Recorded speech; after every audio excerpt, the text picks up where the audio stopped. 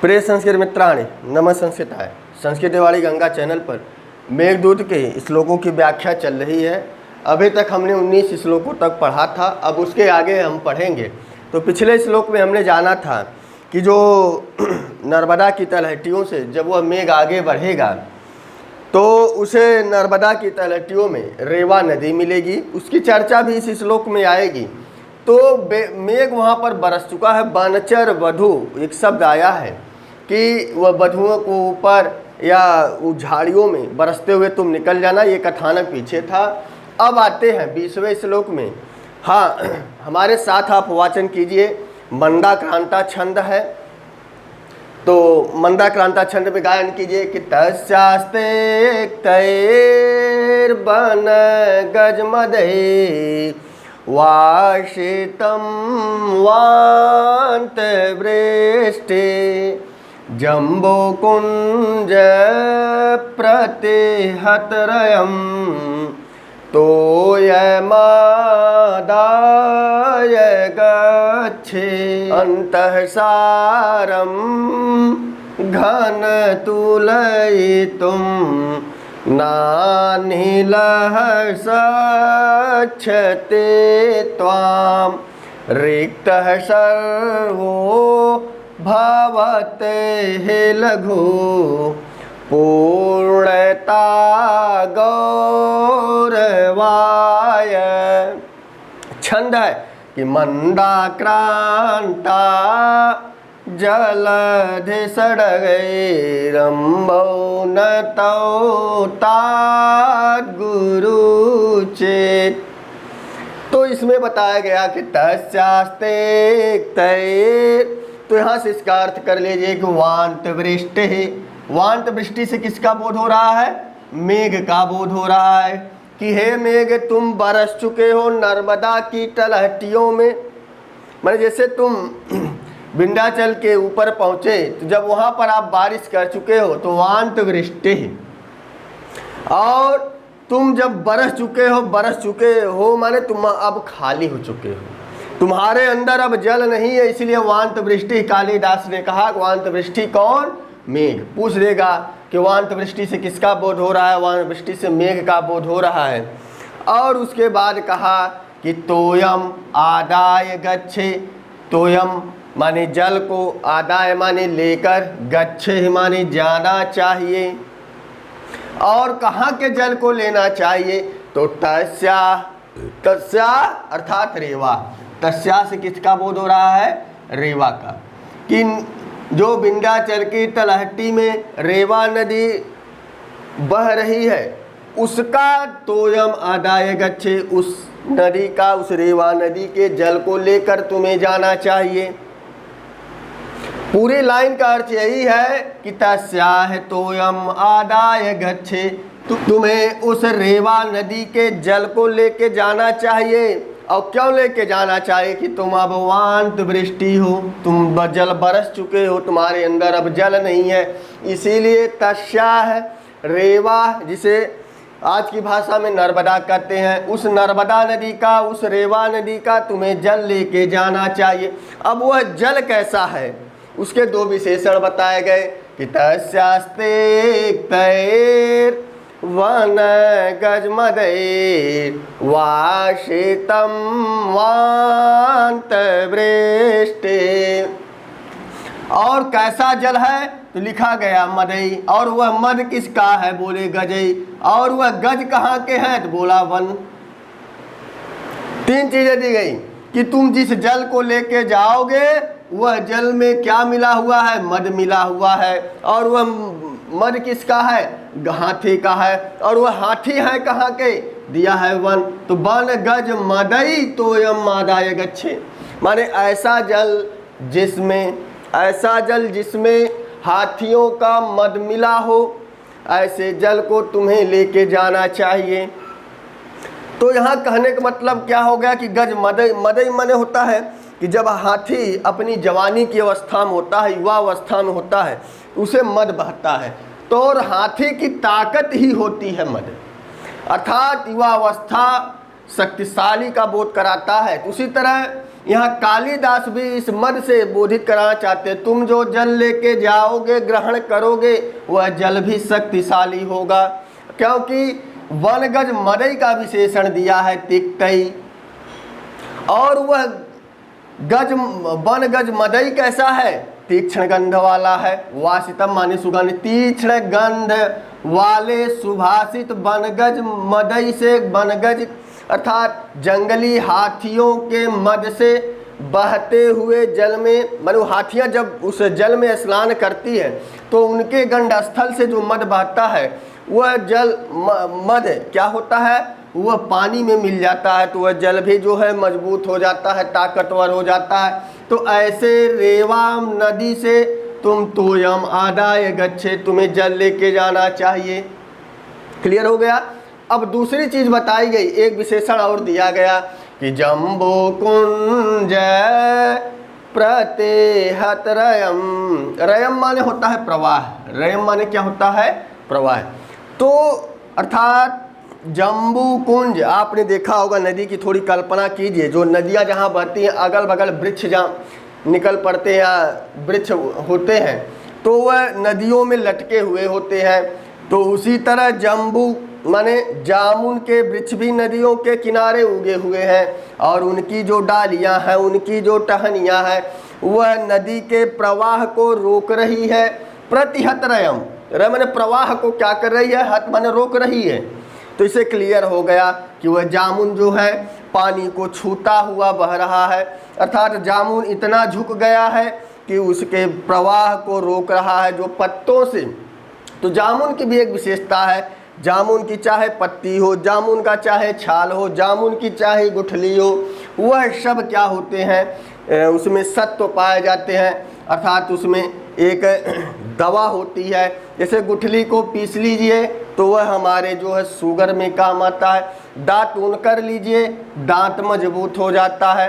तो यह सारे गुण जामुन में पाए जाते हैं। अभी कहा कि वह जल कैसा है, ताकतवर है, अब वह जल भी कैसा है, रोगों को नाश करने वाला है। ऐसे जल को तोयम आदाय गच्छे, ऐसे जल को तुम्हें लेके जाना चाहिए।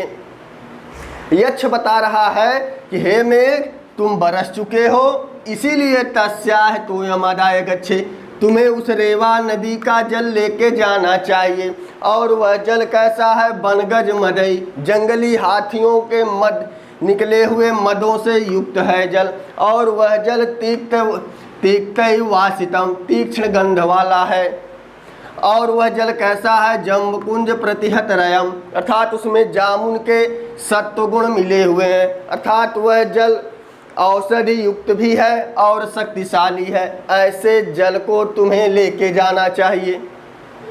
और जब तुम ऐसे जल को ले लोगे तो होगा क्या, अंतः सारम, तुम सार युक्त रहोगे, तुम्हारे अंदर वजन रहेगा, घन।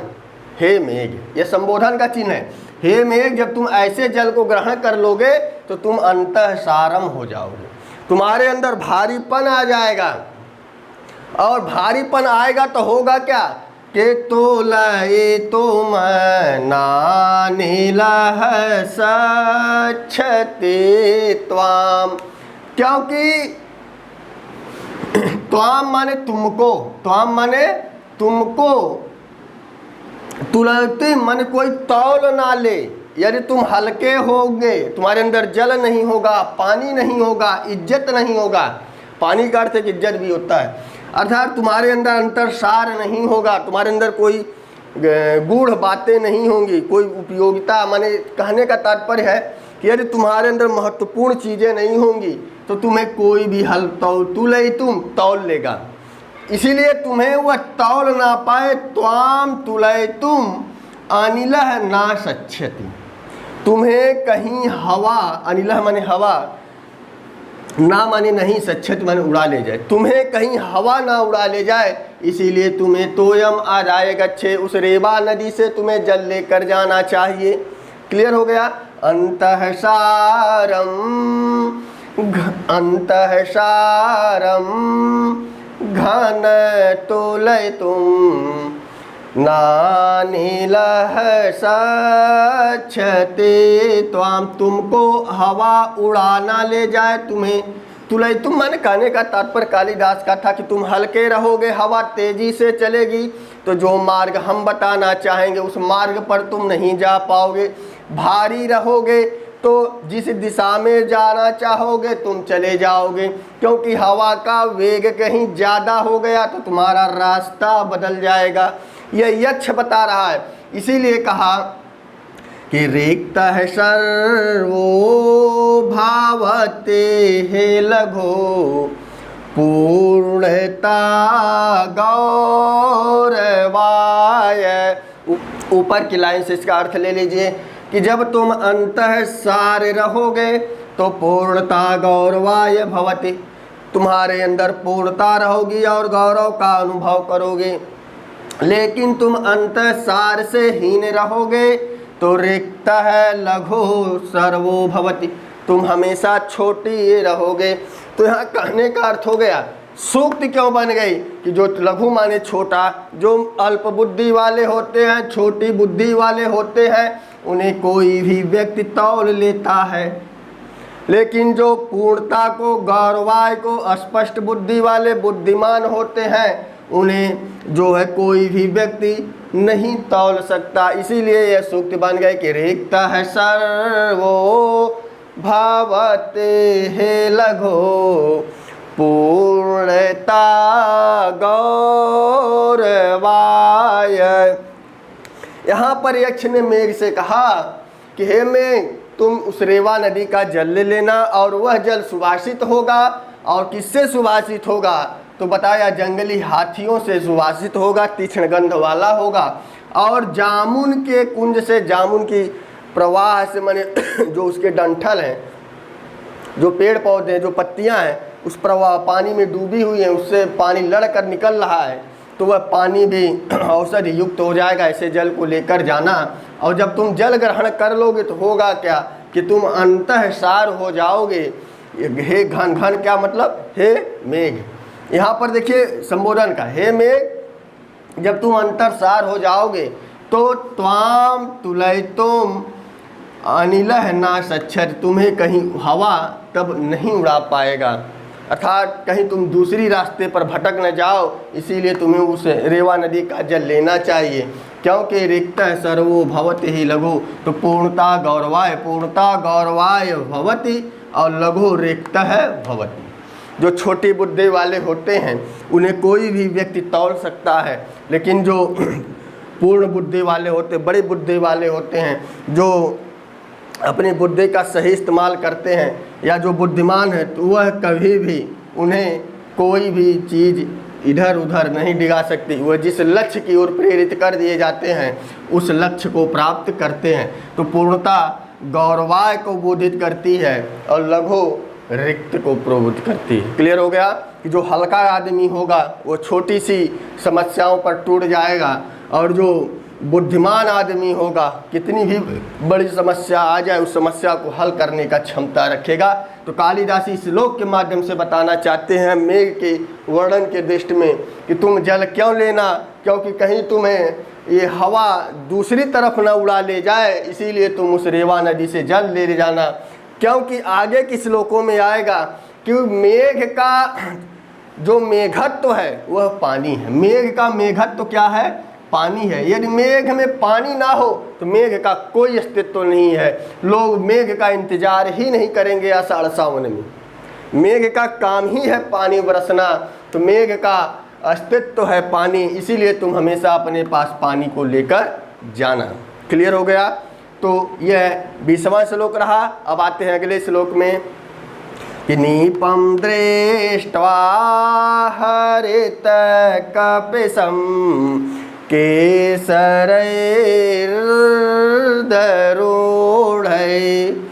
आविर्भूत प्रथम मुकुला कंदलेश्चानुकच्छं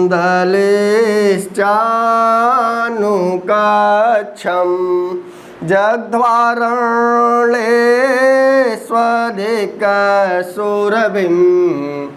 गन्धमाघ्राय चोर्व्या सारंगास्ते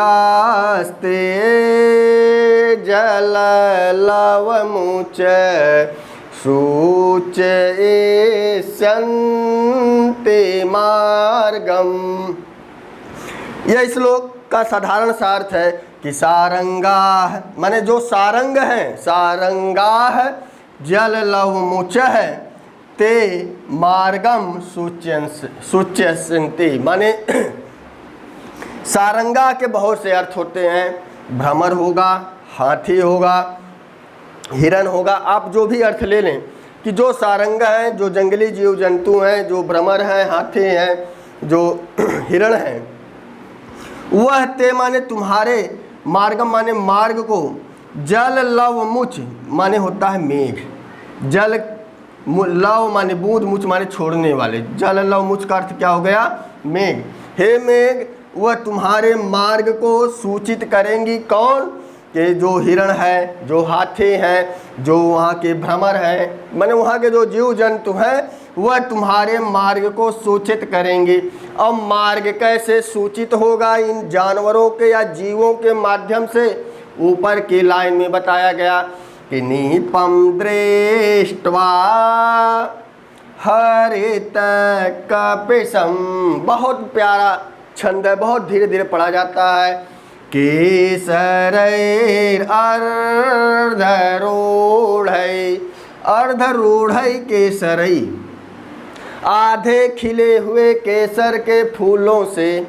भ्रमर, सारंग का अर्थ देख लेना, भ्रमर भी है, हिरण भी है और हाथी भी है। तो यहाँ भ्रमर के पद में आ गया कि जब तुम मेघ बरसते हो, ऊपर से भी जल लिया है, तो जब यहाँ पर लिखा है तुम्हारे मार्ग को सूचित करेंगे, तो कैसे करेंगी? कि अर्ध केसर माने आधे खिले हुए फूल। रात आषाढ़ सावन जब आता है, मेघ बरसता है, तो पेड़ों में, फूलों में, लताओं में वो केसर अर्थात फूल खिलने लगते हैं, वह इतने हरे भरे हो जाते हैं। तो इसीलिए आधे खिले हुए केसर के फूलों से, नीपम दृष्ट्वा कदम के फूलों के खिलने से, हरित कपिशम हरे और पीले, कदम का फूल हरा भी होता है और पीला भी होता है। फल पहले हरा होगा, उसमें पीले पीले छोटे छोटे निकलते हैं पंखुड़ियाँ, इसलिए हरे पीले नीपम माने कदम को देखकर और आधे खिले हुए केसर के फूलों को देखकर, आविर्भूत प्रथम मुकुला कंदलेश्चानुकच्छम। अनुकच्छम माने होता है दलदल, अनु माने होता है समीप, माने दलदल के समीप आविर्भूत प्रथम मुकुला, जिसमें पहली बार कलियां उगी हों, ऐसे दलदल के करीब या समीप, अनुकच्छम माने होता है दलदल के समीप, ऐसी कलियां आविर्भूत प्रथम में जिसमें पहली बार कली आ रही हो। यह मेघ के आने से होगा, क्योंकि मेघ जल बरसेगा तो उसमें नमी आएगी और मेघ के समय पेड़ पौधे बहुत ज़्यादा तेजी मात्रा में बढ़ते हैं। तो इसीलिए यहाँ पर कालिदास ने कहा कि उस दलदल भूमि के समीप पहली बार जो कलियाँ खिली हैं। और कंदले जगद्वा, यहाँ पर यह अर्ध धातु से बना है, जगद्वा हुआ है, इसमें कौन सी धातु है? अर्ध धातु। इसी तरह पूछ लेगा जगद्वा में धातु है तो अर्ध धातु, प्रश्न इसी तरह बनेंगे, अर्ध हमें दिखाई ही नहीं पड़ेगा। तो वह उस कंदली फल को खाल कर, कंदली क्या होता है कि यह पनीली भूमि में होता है, अर्थात दलदली भूमि में होता है, इसीलिए जगद्वा, उस कंदली जगद्वा को खाकर। अब क्लियर कर लीजिए, सारंगा के हमने 3 अर्थ बताए, एक हमने भ्रमर बताया और दूसरा हाथी और तीसरा था हिरण, तीसरा था हिरण। भ्रमर फूलों पर बैठेगा और हिरण जो है उस जंगलों में विचरण करेगा और हाथी जो है उस कदली फल को खाएगा। भाई हरी भरी भूमि होगी तो हिरण भी उसी जंगल की तरफ जाएगा। तो इससे बात क्लियर हो जाएगी कि सारंगा से ही तुम्हारे मार्ग की सूचना मिल जाएगी कि तुम इस जंगल से या इस वन क्षेत्र से बरसते हुए निकले हो। तो इसीलिए कारण क्या हुआ, ये जानवरों से हमें क्या मिला? भ्रमर होगा तो फूलों पर जो है वह गुंजन करेगा या गुंजायमान होगा। और आविर्भूतम प्रथम मुकुला, माने ऐसी लताएं जिसमें पहली बार कलियां खिलेंगी। इन सब चीज़ों को देखकर जगद्वारण्ये अधिक सुरभिम, और यहाँ पर दिया है चोरब्या। पहले इसको चोरब्या को समझिए कि जब तुम उस पृथ्वी पर बरसोगे, जब तुम उस पृथ्वी पर बरसोगे, उर्व्या माने होता है पृथ्वी, उर्व्या माने क्या होता है? पृथ्वी। तो कहने का तात्पर्य जब तुम उस पृथ्वी पर बरसोगे तो यदि आप किसान के जो बच्चे होंगे वो समझ जाएंगे कि इस धरती पर जब पहली बार बारिश होती है उससे एक गंध निकलती है, इसलिए लिखा है गंधम आग्राय।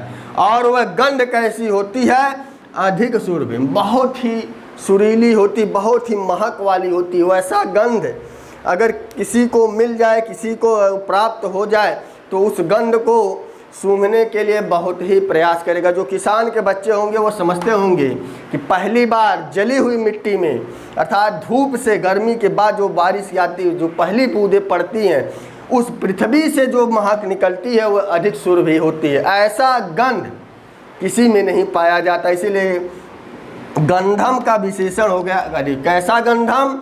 अधिक सुरभि, माने जो ज़्यादा गंध वाला है।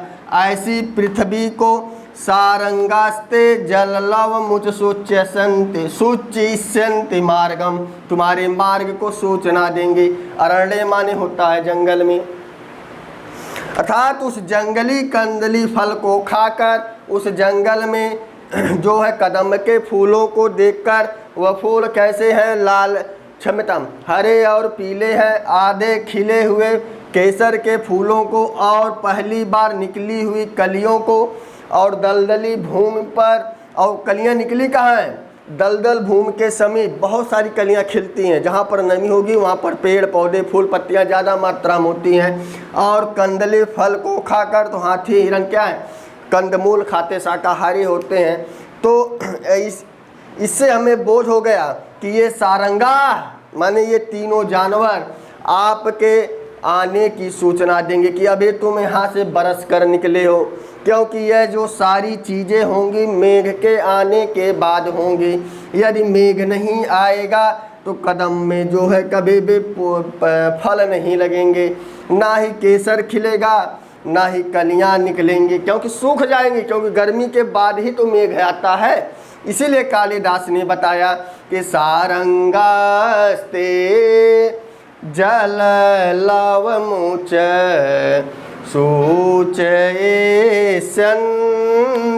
मार्गम, कि सारंगास्ते माने तुम्हारे मार्ग को, मेघ जल लव मुच माने हे मेघ, सारंगा तुम्हारे मार्ग को सूचना देंगे कि तुम यहाँ से अभी बरसते हुए आगे गए हो। और सूचना कैसे मिलेगी?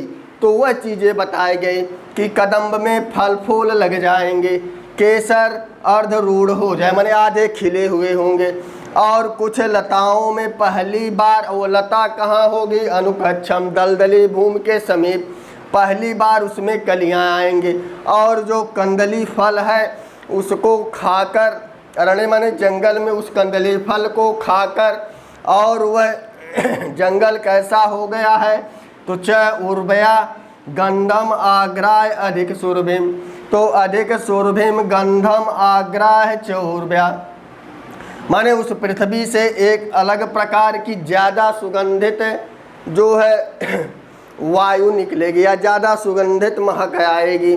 तो इससे एक क्लियर हो जाएगी कि मेघ अभी बरसते हुए गया है।